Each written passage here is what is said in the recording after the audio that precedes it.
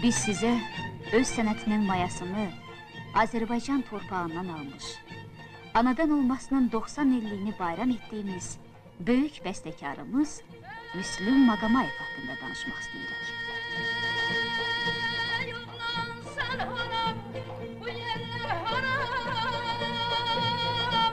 Çoxlar elimdən gəliblər.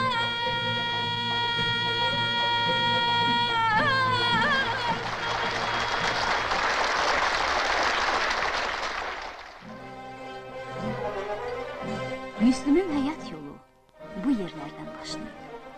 Onun ilhamına bu yerlər qanad verib.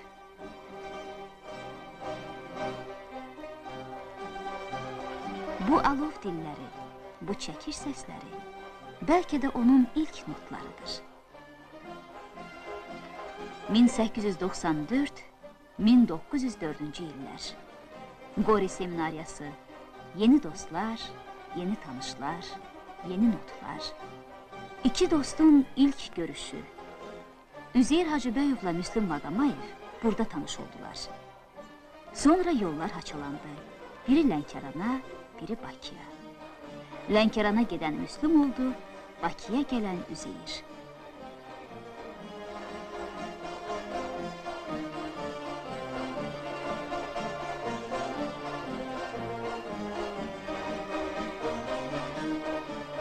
Lənkəran torpağı Müslümün həyatında işsiz qalmadı.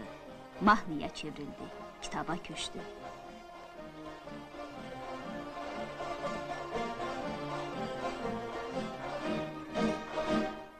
Unutmadı bir-birini dostlar, Üzeyirlə Müslüm.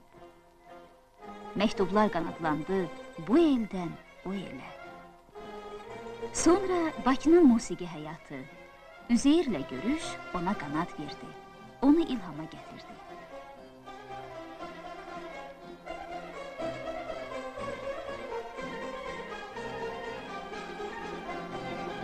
Lənkəranda topladığı təcrübə kara gəldi. Azərbaycan el musiqisi adlı əsər yarandı. Şah İsmail'in ilk notları ürəkdən bərəklərə köçdü. Profesional operamızın biri də artdı. Operamızın ilk qadın qaranquşu, o illərin canlı şahidi, SSR xalq artisti Şövkət xanım Məmmədova. 1921-ci ildə Bakıya gəldim. Məni Üzeyir və Müslüm qarşıladı. Elə sevindilər ki, Müslüm dedi, indi bizim özümüzün qadın aktrisamız olacaq. Они были очень рады видеть меня. Они мне говорят, вот теперь у нас уже есть своя актриса. И будет петь, значит, наши оперы. А я, конечно, я всегда мечтал петь азербайджанские оперы тоже. Ну, потом мы встретились, мы поехали домой и долго беседовали. Они мне предлагали. Зельбек предлагал петь Ашималла, а Müslüm Maqomayev предлагал мне петь Шах Исмаили, Гюлизара. Я была, конечно, очень рада, что я буду петь их оперы. Я согласилась, с duşoy согласилась. Bizim ilk peşəkar dirijorumuz olub. Onun dirijorluğu ilə oxumaq çox asan idi. Он был очень корректный, умный дирижер. Он всегда умел к артисту подойти.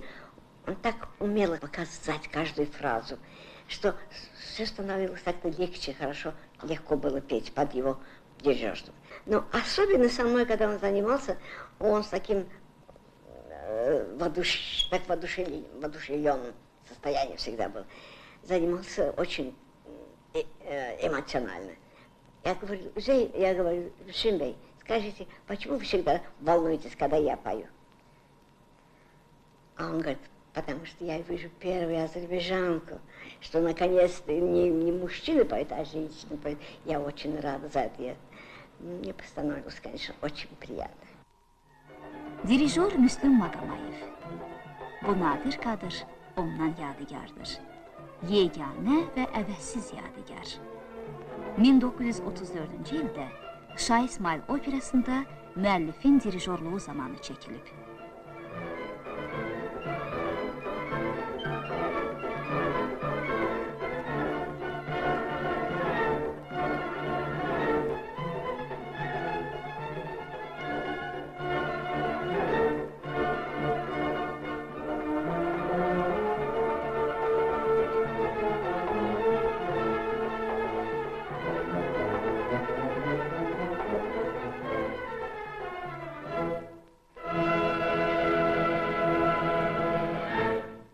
Müslüm Магомаев являлся всесторонне развитым. Maqomayevlər ailəsinin yaxın dostu, SSR xalq artisti, bəstəkar və dirijor Niyazi. O, ustad sənətkar idi. Böyük musiqiçi, publisist bəstəkar Müslüm Maqomayev gözəl bir irs qoyub getmişdir.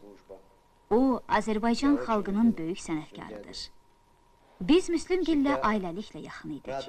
Onun gəlişi bizi həmişə sevindirərdi. Xoş sifət, hazır cavab, deyib gülən Müslüm uşaqları çox sevərdi. Həyatın vurğunu idi. Bəlkə buna görə də onun əsərləri belə nikbindir.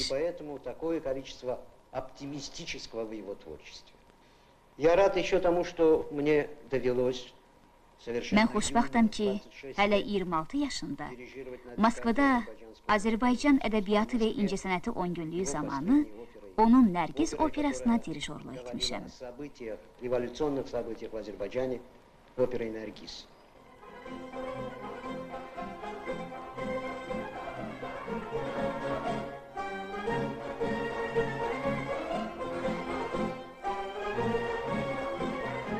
Azərbaycan, daşı da, torpağı da nəğməli diyar.